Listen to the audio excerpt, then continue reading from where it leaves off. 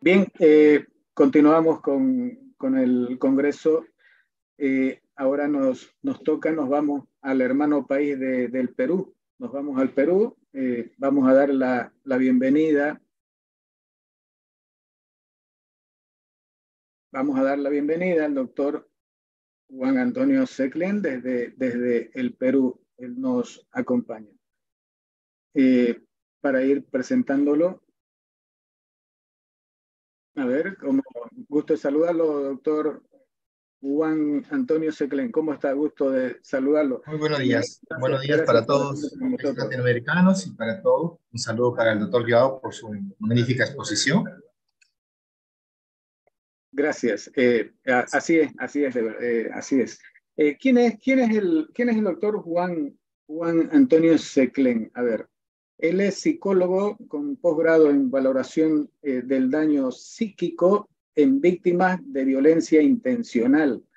Tiene maestría en psicología clínica y salud, es docente universitario, participó en varios congresos nacionales e internacionales como ponente, tiene varios reconocimientos del Colegio de Psicólogos del Perú, por dar un ejemplo, entre otros. Bienvenido y gracias por estar con nosotros, doctor Juan Antonio Seclen. Gracias por participar en este Congreso Internacional de Psicología Jurídica y Forense que estamos organizando en la Academia de Posgrado y Educación Continua. La temática o el tema de la exposición del doctor Seclen dice, es tenencia compartida en procesos judiciales de tenencia y custodia de menor. Adelante, doctor. Muchísimas gracias. Es de usted las cámaras.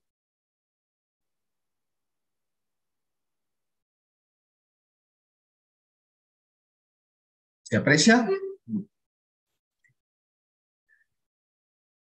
Así es, doctor. Adelante, está compartiendo pantalla. Continúe, está perfecto.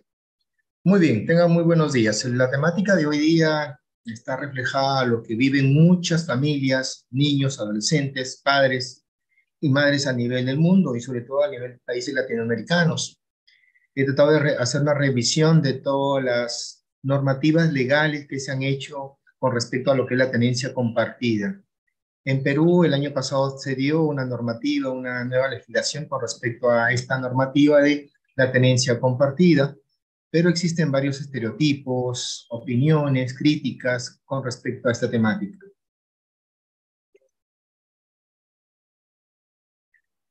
Tenemos como antecedentes pues todas las normativas que han salido en Europa. Tenemos en Francia la ley 35/2002, en Italia la ley 54/2006, modificado en el artículo 337 de su código. En América tenemos en Chile la ley 20680 y en el 2013. En Perú la ley 31590 se dio en el 2022. El artículo 1 y la ley de la presente ley tiene como objetivo modificar los artículos 81, 82, 83, 84, el Código de Niños y Adolescentes, a fin de establecer la tenencia compartida en beneficio del principio del interés superior de los niños y adolescentes. Esta temática del beneficio, del interés por prevalecer los intereses de niños y adolescentes, pues ha tenido mucho controversias, se ha creado diferentes atmósferas de familia en todos los procesos en Perú y creo que en Latinoamérica también, porque hasta la fecha, revisando las normativas o las leyes que han dado prioridad a la tenencia compartida son muy escasas, muy pocas, tanto a nivel latinoamericano como a nivel de Europa. No, no se tiene una casuística eh, que haya reforzado, que haya priorizado la tenencia compartida con este Código de Ley del Niño y Adolescente en beneficio y el principio de interés. No, no tenemos eso. Bueno, tenemos una legislación supernacional, la Convención Americana de Derechos Humanos, que nos dice, en los estados partes en esta convención se comprometen a respetar los derechos y libertades reconocidas en ella y garantiza su libre y pleno ejercicio a toda persona que esté justo a su jurisdicción, sin discriminación de algún motivo tenemos raza, color, sexo, idioma, religión, opiniones políticas o de cualquier otra índole. De origen nacional, social, posición económica, nacimiento o cualquier otra condición social. Es una legislación supranacional que tiene que ver mucho con la integración de la etnia y de la raza y el color con respecto a toda esa temática de la tenencia y la custodia de menores. La tenencia compartida y la doctrina favorable. Primeramente, pues yo ya tengo 20 años en la labor, he cumplido 20 años en la labor forense, ahora me dedico a la labor de la docencia. En el transcurso de las experiencias y de los comentarios de los peritos y de los psicólogos, tanto como el doctor Joao, como ayer que habló el colega de México, en establecer herramientas que estén debidamente validadas, que sean confiables para medir lo que se quiere medir en el ámbito jurídico, netamente en el ámbito jurídico. El colega de ayer de México era bien claro y preciso, ¿no? Las pruebas proyectivas tienen que tener dominio, capacidad, experiencia, experticia para poder interpretar una prueba proyectiva, que se usa en todos los ámbitos. Pero ¿qué pruebas se deben establecer? ¿Qué se debe evaluar? ¿Qué constructo se debe evaluar en proceso de tenencia? Si bien es cierto, es una ley muy amplia para poder ver realmente la necesidad y el criterio de la relación filial, que nunca se pierda esa relación filial entre padre e hijo, entre madre e hijo. Pero como experiencia les cuento, los procesos de tenencia en Perú, cuando yo tuve la labor como perito, en el año 2000 hasta el año 2010 solamente se daban variación de tenencia o tenencia por horas, visita por horas. Pero estuvimos analizando con un grupo de jueces de la ciudad de Chiclayo, conversando con 2 jueces de familia, en qué momento se daba la variación de la tenencia y por qué se estaba dando mucho. Venían casos muy seguidos.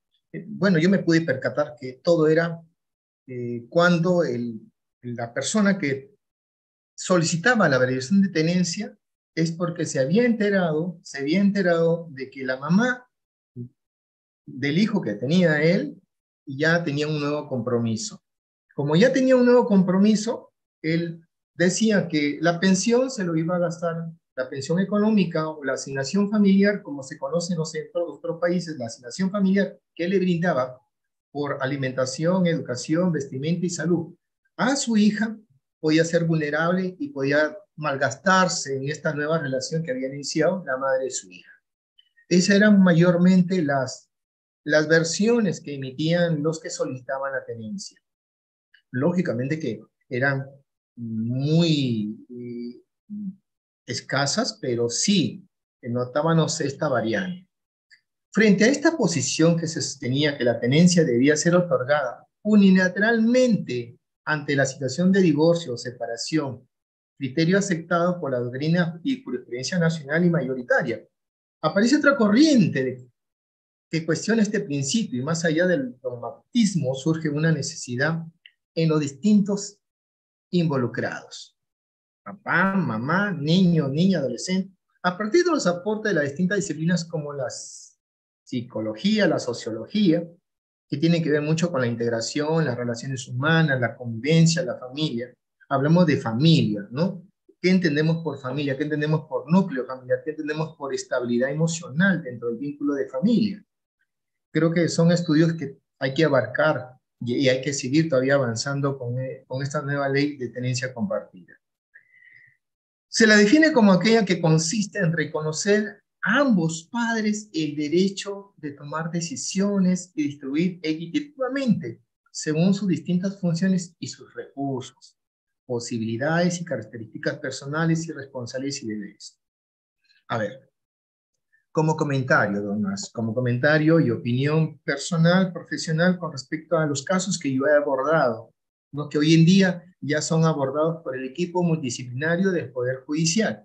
No sé cómo será en otros países porque el psicólogo de medicina legal evalúa muchos casos, ¿no? Tenía que ver lo que es camaragense, tenía que ver delito contra la libertad sexual, tenía que ver lo que son violencia familiar y también nos llegaban los oficios del Poder Judicial para ver lo que es caso de tenencia o variación de tenencia o custodia de menor. Entonces, hoy en día, ya esto ya no se ve en el ámbito de medicina legal o ciencias forenses, ahora eso lo ha estado cogiendo un equipo de psicólogos multidisciplinarios del Poder Judicial. Yo, presencialmente, en un caso que tuve en el año 2018, por ejemplo, como se dice, se define aquella que consiste en reconocer que ambos padres tienen el derecho de tomar decisiones y distribuir equitativamente según sus distintas funciones y sus recursos, posibilidades y características personales. Por ejemplo, había una pareja muy joven, ambos tenían 23 años, su unión conyugal solamente duró un año.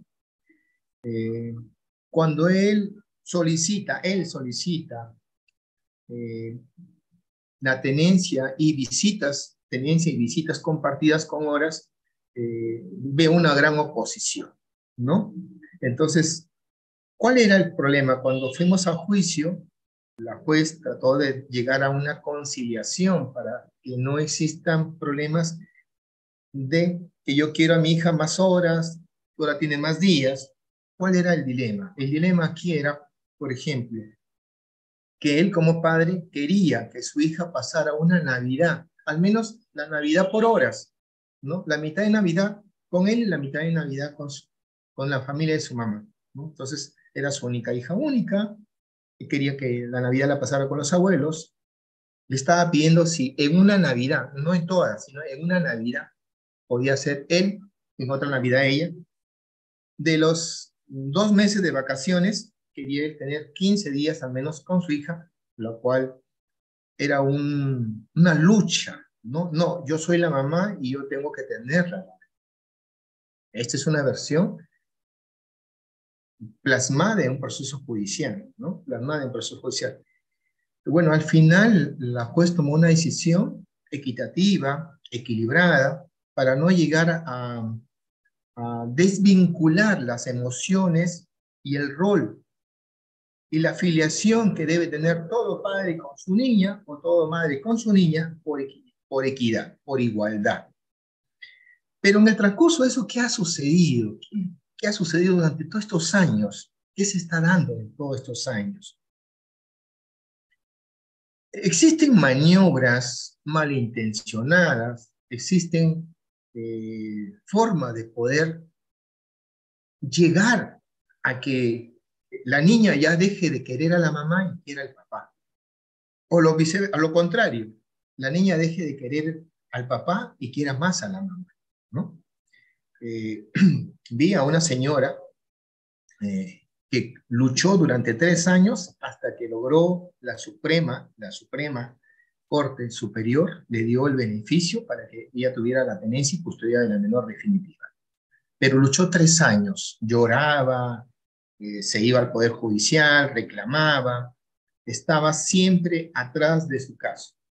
Es un caso muy particular, pero vi cómo una madre de familia luchó por todo lo que le habían hecho. Entonces, yo les cuento esta experiencia porque yo fui el perito en ese momento que evaluó a la familia, ¿no? Evalué a la señora, evalué al padre y evalué a la abuela que estaba a cargo del cuidado de la menor. La sorpresa es que cuando yo evalúo a la señora, a la mamá de esta niña, bueno, la sorpresa fue un poco racista y discriminatoria, inclusiva, ¿no? De frente me dijo, yo quiero tener a mi hija porque su mamá es una serrana sucia y cochina, ¿sí? Refiriéndose en forma muy discriminativa a la madre de esta niña, ¿no? La señora luchaba porque dice que solamente le permitían ver 2 veces por semana, por horas, a su hija. Y nunca perdió el temor o la valentía de irse siempre a esa hora y cumplir con su hora. Y le habían colocado como 4 cámaras. La niña no salía a verla. La niña refería que no, tú eres mala, eres una bruja y me quieres llevar. Miren cómo condicionan. A eso cómo se le está llamando y cómo se le llamó durante mucho tiempo. Se le llama alineación parental. Sobre esta temática de la alineación parental, pues, ha surgido una nueva expectativa en algunos peritos judiciales del Poder Judicial, ¿no? Que solamente ven ello, ven lo que es la alineación parental, ¿no? Tratan de ver aspectos que tienen que ver mucho con la alienación parental. Y nosotros, los colegas que estamos aquí en este congreso a nivel Latinoamérica y en Europa, en España, que se está transmitiendo, hemos visto que realmente la alienación parental no tiene una codificación científica reconocida por las DSM-5 o la CI-11, ¿no?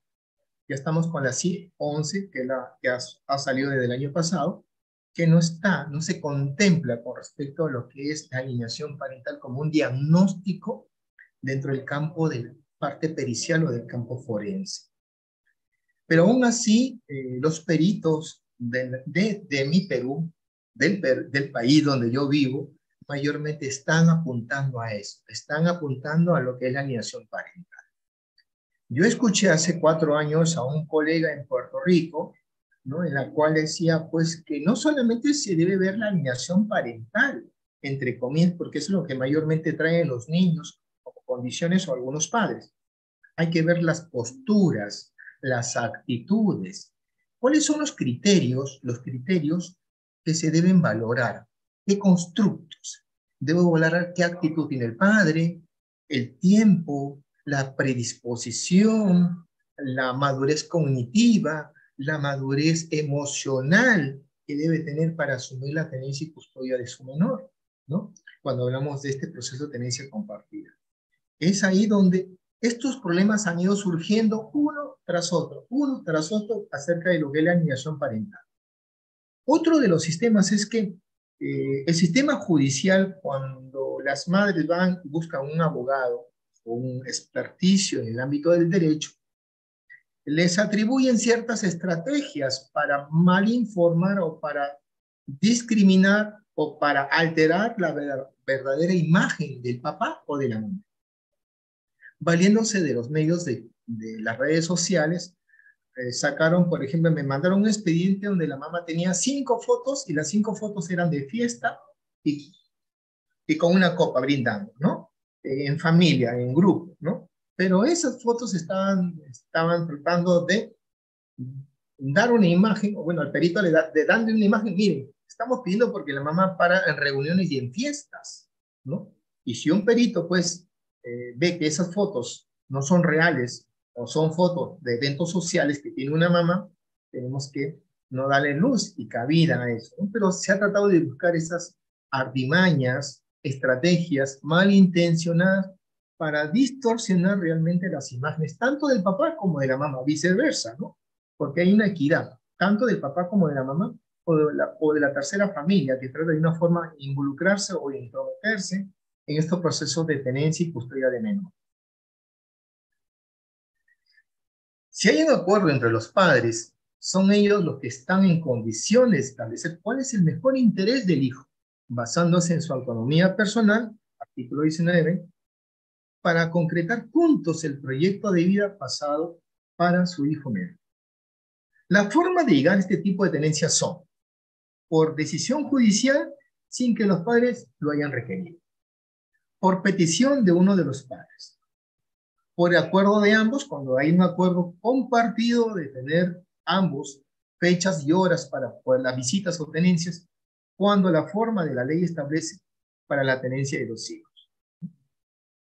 Aquí en Perú, no sé cómo se ve en otros países, aquí en Perú la tenencia para la menor hasta los 5 años consideran los jueces de familia que debe estar al lado de la mamá. Al lado de la mamá, siempre. Ya después de los 5 años ya pueden dar tiempo o reglas de visitas extramuros, o sea que el papá pueda sacar a su niña y llevarla pues a la casa de los abuelos, a pasearla, ¿sí? Pero eso también ha generado muchas luchas.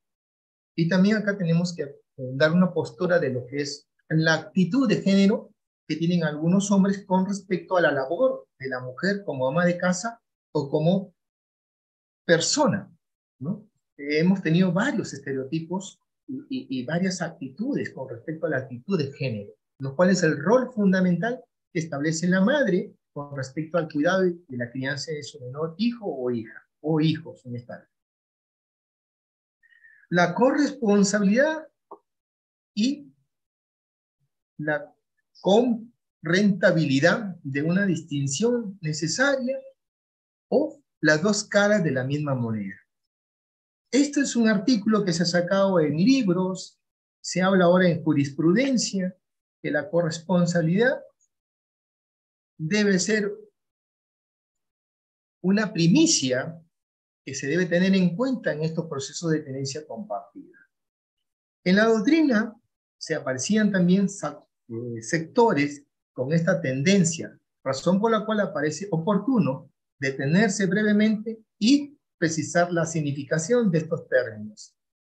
La Convención de Derechos del Niño se considera a la familia como un grupo fundamental de la sociedad y medio natural para el crecimiento y el bienestar de todos sus miembros, y en particular de los niños, y se reconoce que el niño, para el pleno y armonioso desarrollo de su personalidad, debe crecer en el seno de la familia y en un ambiente de felicidad, amor y comprensión.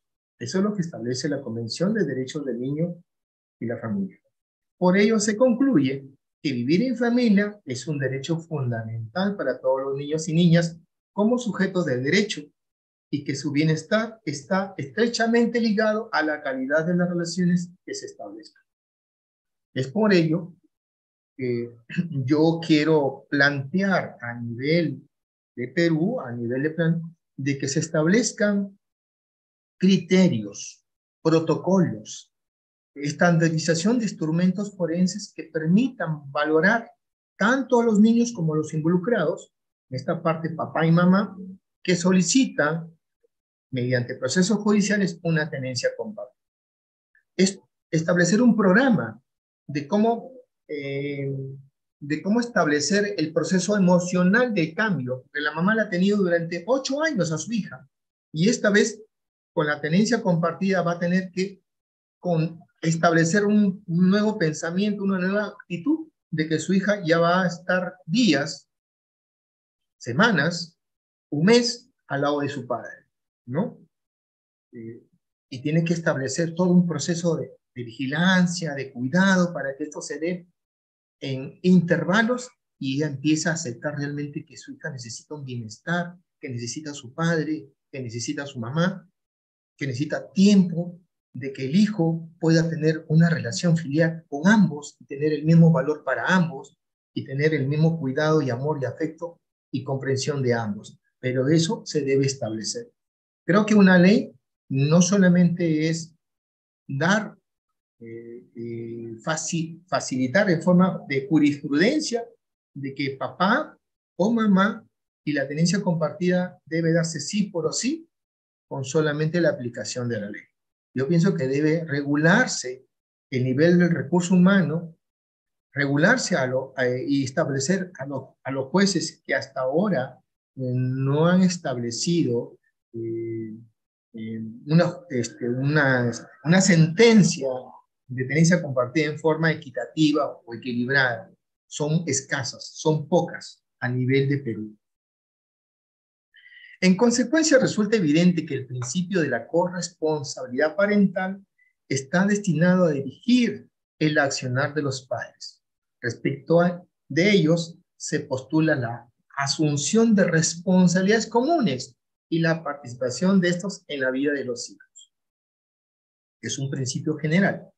El principio parte de la base del cambio positivo del paradigma en cuanto a las actitudes del hombre y de la mujer para asumir estas funciones. Y se fundamenta en el interés superior del menor, que se beneficia por medio del contacto y la relación con ambos progenitores. Precisando, ya que el sentido de la corresponsabilidad parental corresponde referirse a la coparentabilidad. Hemos visto, por ejemplo, en casos como casuística, de que el papá lograba tener la tenencia, ¿no? Tenencia por más días, ¿no? La mamá solamente podía ir viernes o jueves por horas a visitar a su hija. Pero ¿con quién dejaba el papá a la menor hija? Con la familia, ¿no? Y el papá ya había hecho otro hogar, ya tenía otro hogar, pero a la hija la dejaba en la casa de la abuela y él se iba a su casa. No la vinculaba. Y esto ha dado mucho que ver con respecto a el tiempo y la calidad. Si yo quiero a mi hija, pues tengo que compartir en el hogar que yo vivo, ¿no? No dejarla con la abuela, con otra persona, con terceras personas, para su cuidado, mientras yo realizo otras funciones, o otro vínculo, o otra vida social o familiar. Esta es la desvinculación. También se ha creado una mala imagen, ¿no? De que si el padre lleva a su hija de 8 años a su nuevo hogar, se ha creado también estereotipos, críticas, de que no debe ser así. Si el papá la lleva a su hija a su nuevo hogar, con su nueva pareja y con sus nuevos hijos, esto va a crear conflicto o va a distorsionar realmente la verdadera relación o la madurez que tenga la niña. Eso se ha creado también y se ve como algo negativo. En este ámbito es posible identificar 3 posiciones: las que equiparan la coparentalidad y la corresponsabilidad parental. Las igualan custodia compartida y la coparentalidad, y las que entienden la coparentalidad con un sentido propio, distinto e independiente, aunque relacionado con la corresponsabilidad parental y la custodia compartida. Lo cual hasta ahora pues se sigue viendo, se sigue analizando de cuál es el sentido que se le quiere dar con esto de la corresponsabilidad parental, con la custodia compartida. ¿Cuáles son los efectos emocionales con todos los procesos judiciales que se vienen dando? Acá tengo en la mano un libro, Tenencia Compartida, que se publicó, ¿no?, a raíz de esta nueva ley. Me consultaban que por qué los jueces están siendo todavía muy renuentes, por qué no quieren acatar la ley. Me han pedido una opinión, hemos hecho un coloquio de conversatorio con los organizadores de esta ley de tenencia compartida. Yo les he dicho que no solamente se trata de dar una ley, se trata de establecer cambios de relaciones humanas, establecer protocolos, establecer lineamientos. Hoy en día que he escuchado a los colegas de México y a los de Brasil con respecto a la validación, a la construcción de pruebas netamente en el ámbito forense, también se debe dar en el caso de tenencia y custodia.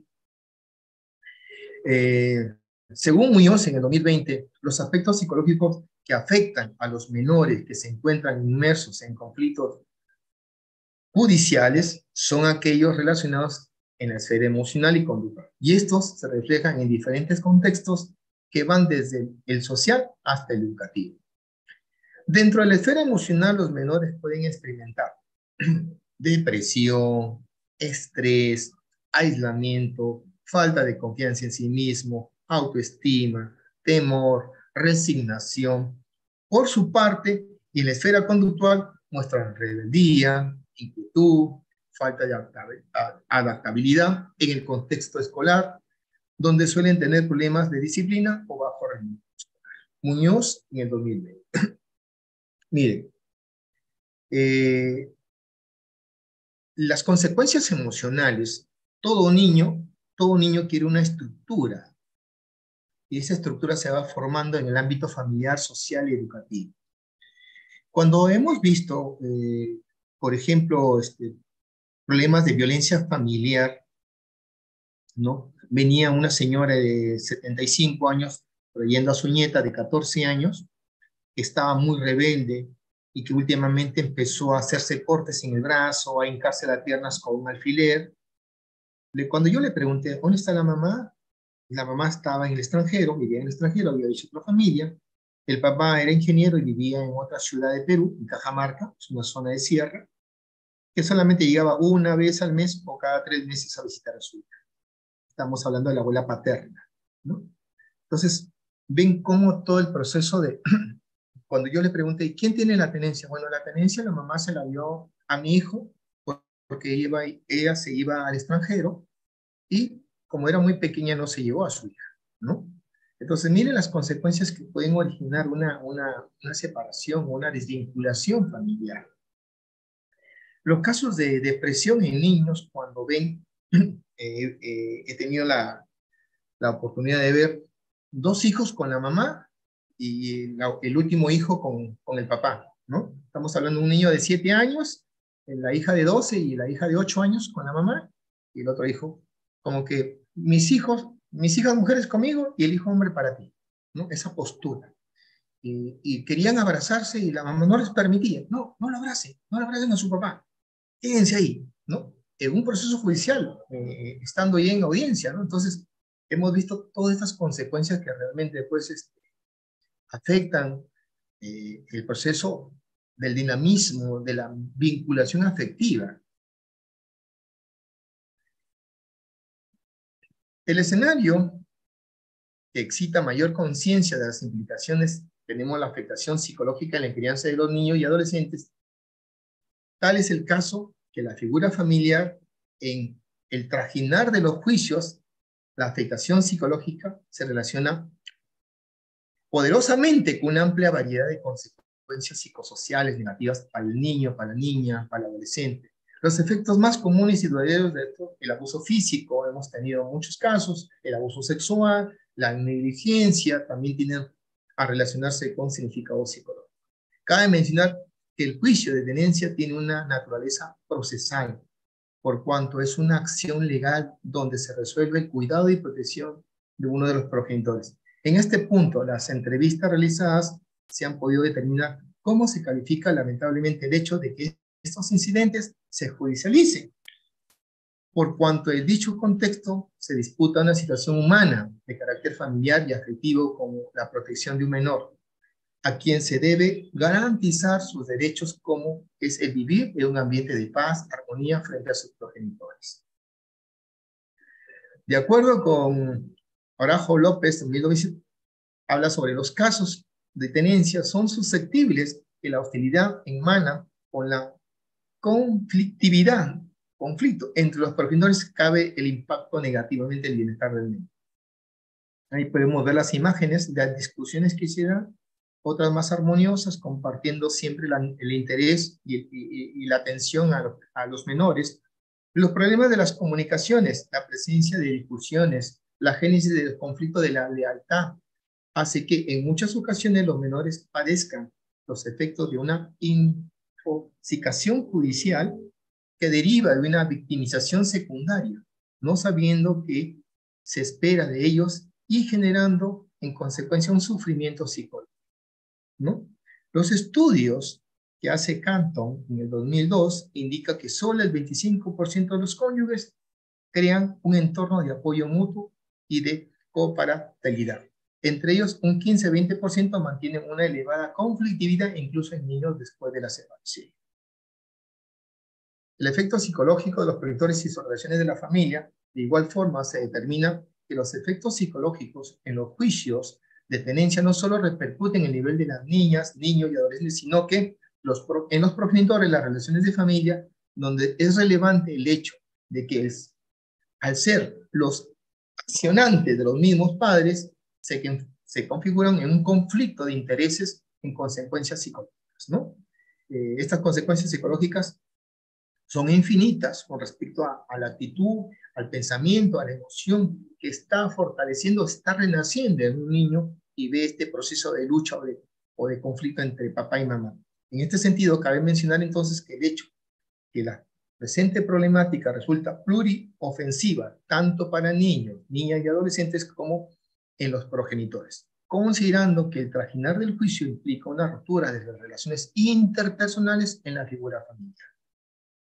De igual forma, el presente estudio se ha podido determinar que los efectos psicológicos en los juicios de tenencia no solo repercuten a nivel de niñas, niños y adolescentes, sino en los progenitores y en las relaciones de familia, donde es relevante el hecho que, al ser los accionantes los mismos padres, se configura un conflicto de intereses con consecuencias psicológicas. En este sentido, cabe mencionar entonces el hecho que la presente problemática resulta pluriofensiva, tanto en niños y adolescentes como en los progenitores, considerando el trajinar del juicio implica una ruptura de la relación interpersonal de la figura familiar. En esta línea sostiene Churrúa que el área familiar pericial, el psicólogo debe especializarse en un análisis forense en familia, como un sistema familiar, en la cual rebasa e involucra nuevos desafíos orientados a una nueva organización familiar, padres solteros, padres custodiados o en custodios, padres homoparentales, abuelos que ejercen el papel parental y hacen sufrir nuevas necesidades como es la inclusión de una nueva pareja, hijos, una familia sustituida o bien, la cual será el parámetro de la actuación ante casos graves de maltrato infantil y familiar. Eso dice Churro en el 2011. Y para finalizar con esta exposición, se ha podido determinar que los procesos judiciales en donde se resuelven situaciones jurídicas en grupos etarios como las niñas, niños y adolescentes, la protección de sus derechos es primordial, de observarse por parte del órgano jurisdiccional durante y después del discurso del proceso, mediante acciones oportunas y pertinentes de carácter pericial. En la acción de tenencia del derecho de la integridad psicológica amerita que judicialmente se le proteja a través de un seguimiento posterior a su resolución. Por hecho, dicha hipótesis ha sido el objeto del presente estudio que a través de la metodología planteada se ha podido comprobar y por ello se insiste en la necesidad de que se implante en la Administración de Justicia ecuatoriana, por ejemplo, unidades judiciales en familia, a fin de garantizar derechos de integridad psicológica en niños, niñas, adolescentes. Deben trabajar conjuntamente con los equipos técnicos, trabajadores sociales, médicos, psicólogos, a fin de que mediante las pericias y diligencias periciales se diagnostique los aspectos psicológicos y emociones de estos.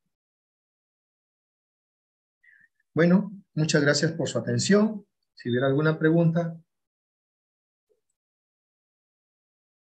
Muchísimas gracias, doctor Juan Antonio Seclén, que nos acompaña desde el Perú, y a través suyo quiero mandar un saludo afectuoso a todos los hermanos peruanos. Tengo un par de preguntas que nos llegan justamente. Una, desde acá le voy a leer, veremos que las respuestas sean algo cortas por temas de tiempo, doctor Juan Antonio. ¿Cuáles son los criterios? Dice, preguntan, esto es desde acá de Bolivia, el local, ¿cuáles son los criterios que se consideran al evaluar la viabilidad de la tenencia compartida en casos judiciales de tenencia y custodia de un menor? ¿Y cómo se determina si la opción o cuál es la opción más adecuada? Esa es la pregunta, doctor Juan. Ya, yo estaba analizando las pericias que emiten los psicólogos de Poder Judicial, en la cual casi en la mayoría, a partir del año 2020, que inició la pandemia, hasta la fecha lo siguen haciendo en forma virtual, no presencial. Solamente están tomando pruebas proyectivas en forma virtuales, pruebas que no tienen el trabajo de la baremación y la confiabilidad en el ámbito forense, son netamente clínicas. Están atribuyendo más lo que es la alienación parental y no están evaluando la actitud que debe tener el padre con respecto a la tenencia y custodia. No están evaluando sus capacidades cognitivas, sus capacidades afectivas, su predisposición y tiempo para dedicarle a su menor hija, si en caso se le permite la tenencia o la visita guiada, ¿sí? No se está valorando constructos importantes de las capacidades emocionales y personales que debe tener ambos progenitores para obtener la tenencia o la custodia compartida. No se está tomando en eso, ¿no? Solamente se ha dado una ley y no hay un proceso de preparación para los peritos judiciales en establecer criterios que deben estar regulados, baremados, estandarizados en procesos de custodia y tenencia. Cómo establecer todo un programa de guía y de seguimiento cuando se establece una sentencia favorable tanto para papá o mamá con respecto a la tenencia o visita. Se ha establecido un programa, pero faltan establecer criterios de ese programa, ¿no? No hay criterios universales. He visto pericias en Chiclayo, por ejemplo, yo soy de Chiclayo, he visto de Huánuco, he visto de Arequipa, y ambos tienen la misma temática, ¿no? Entonces, es por ello que yo estoy exhortando a los que han hecho esta ley de tenencia compartida que se deben establecer criterios netamente psicológicos en el ámbito pericial para poder llegar a este fin de la tenencia compartida. Muchísimas gracias, doctor Juan Antonio Seclén. Tenemos otras preguntas y varias preguntas, pero ya lamentablemente por temas No de se tiempo preocupe, ya entiendo. no las podemos hacer. De todas maneras, por la interna yo se las voy a estar, o el equipo se las va a estar haciendo llegar para que Listo. luego las Muy amable, conteste. gracias. Muchísimas gracias. Gracias por estar con nosotros. Un saludo cordial. Muchísimas gracias. De igual manera para todos.